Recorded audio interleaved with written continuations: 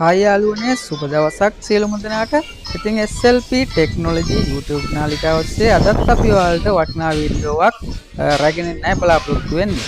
ඉතින් අපි මුලින්ම ඉල්ලා සිටිනවා අපේ channel එක subscribe කරලා අපිත් එක්ක එකතු වෙන්න. දිගටම මේ වගේ වීඩියෝ ඔයාලට නරඹීමේ හැකියාව තියෙනවා.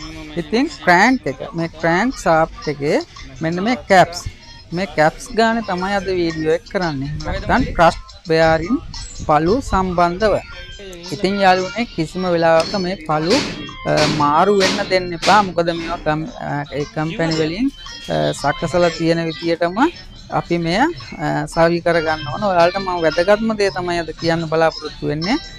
මේ කැප්ස් එකේ ලොක් කට්ටයක් වගේ එකක් අපි ඔයාලට පෙන්වන්න උත්සාහ කරන්නම්.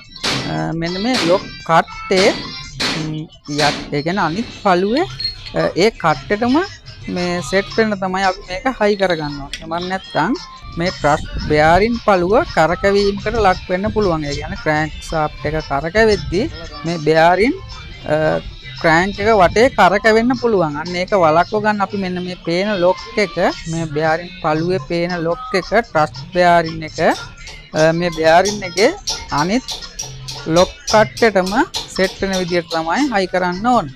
ඉතින් ගොඩක් දෙනෙක් මේක දන්නවා, කියන්න දෙයක් නැහැ. මොකද අපේ අලුතින් සම්බන්ධ වෙන කාර්මික මහතුන් හට දැන ගැනීම සඳහා තමයි අපි මේ වීඩියෝ එක ඉදිරිපත් කරන්න බලාපොරොත්තු වෙන්නේ.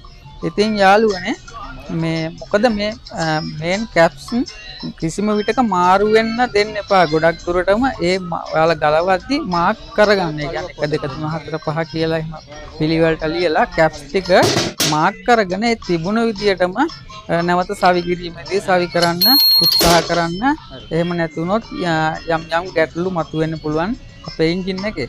ඉතින් මේ පළු ගෙවිලා නම් බලලා අපි අලුතින්ම මේ ට්‍රස්ට් බෙයාරින් මේ කැප්ස් වලට දාලා තමයි සවි කරන්න ඕනේ.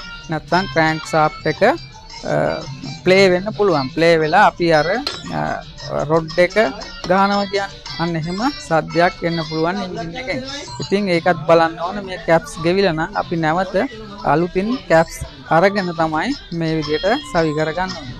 මෙන්න මේ පේන ලොක් කට්ට දෙකක් ඔයාලට පේනවා. මේ පළු දෙක ගත්තම දෙකේම කට්ට දෙකක්